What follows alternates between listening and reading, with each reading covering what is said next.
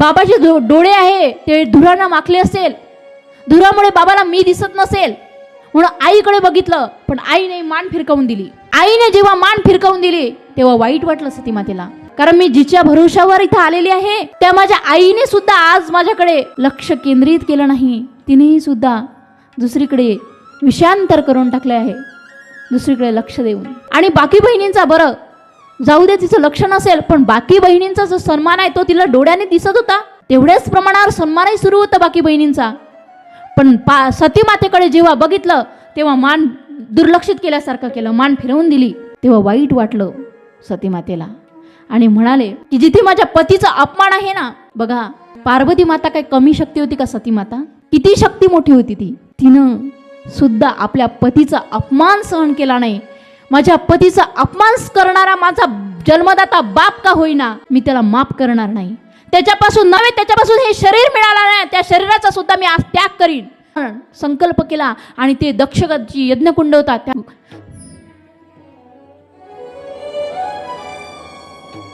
आणि सती मातेनं आपला देह जाळून टाकला. इकडे जेव्हा हे कळलं नंदिकेश्वराला की सती मातेनं आपला देह संपवला आहे,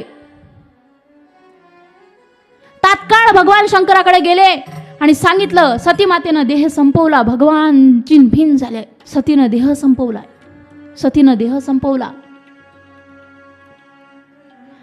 भगवंताने आपल्या डोक्यातून एक जट काढली आणि ती जमिनीवर धापटली. ती जमिनीवर आपटली, त्यातून वीरभद्र नावाचा पुत्र तयार झाला. तो वीरभद्र पुढे निघून गेला. त्याला धाड धाड यज्ञ मंडपात गेला आणि त्याचं मुंडका कापून टाकलं दक्षाचं. आणि दक्षाचं मुंडक कापून टाकलं. दक्ष प्राणावस्था धरणीभिन्न पडला, धरतीवर पडलेला आहे दक्ष राजा. अशा अवस्थेमध्ये भगवान शंकर आले आणि सगळे देव चंद्र सूर्य ऋषीमुनी सगळे घाबरले, पडून गेले. कोण चंद्रानं कोंबड्याचं रूप घेतलं, कोण काशाचं रूप घेतलं, कोण कशाचं रूप घेतलं, निघून गेले तिथून. पण सगळ्यांनी स्तुती केली मग देवाची. देवाला शांत केलं आणि सांगितलं देवा, सगळे ब्रह्मदेवासहित सगळे विष्णू जवळ गेले पहिले आणि विष्णूला सांगितलं देवानं असं झालं आहे, आता आपल्याला प्रजा उत्पत्तीसाठी पुढे काय? दक्षाला जर मान कापले, दक्षाला जर मृतावस्था प्राप्त झाली तर प्रजेचा विस्तार कसा होईल? मग सगळे देव भगवान शंकराला शरण आले विष्णू सहित आणि विनंती केली. देवा भगवंताची स्तुती केली. नागेंद्रहारा त्रिलोचन भस्मा. भगवान शंकराला प्रसन्न जर करायचं असेल तर मंदिरात जाऊन ओ ओ ओ असं करावं, कारण बोकड्याचं जे रूप आहे दक्ष प्रजापतीने घेतलं, त्याने भगवंताची अशी स्तुती केली होती. मग भगवान प्रसन्न झाले.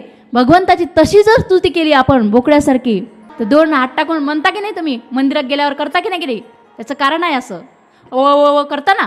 का करत असेल तर दक्षानं स्तुती केली होती भगवंताची, कारण त्याला बोलता येत नव्हतं ना मानवाप्रमाणे. म्हणून अशा प्रकारे स्तुती केली, भगवान शंकर प्रसन्न झाले होते. म्हणून आजही ती भगवंताला स्तुती प्रिय आहे. भगवान शंकराला प्रसन्न करायचं असेल तर आपल्याला तशी जर वाणी ओ जर केलं तर भगवान शंकर लवकर प्रसन्न होते. म्हणून करत जा आता उद्यापासून भगवान शंकराच्या मंदिरात गेल्यानंतर.